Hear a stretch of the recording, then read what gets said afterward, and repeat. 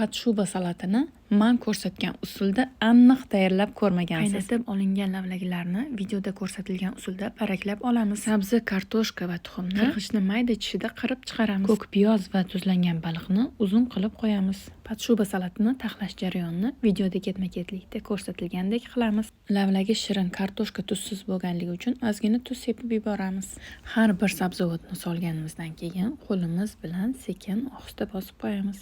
Yangi yil kechasi ushbu usuldan foydalanib podshuba salatini tayyorlasangiz, uyingizga kelgan mehmonlar stolga o'tirganda birinchi qo'l uzatadigan salati shu salat bo'ladi. Salatimizni yumaloqlab olganimizdan keyin strech salofanga o'rab 2 soatga xolodilnikni oddiy joyga qo'yamiz. Bu orada lavlagi qaynatib olgan idishlarimizni Talalux vositasida qiyinchiliksiz oson usulda tozalab olamiz.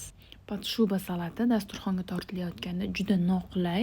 Agar men ko'rsatgan usulda siz ham tayyorlasangiz, aniq bu muammoni hal qilgan bo'lasiz. Tayyorlagan salatim sizga yoqdimi?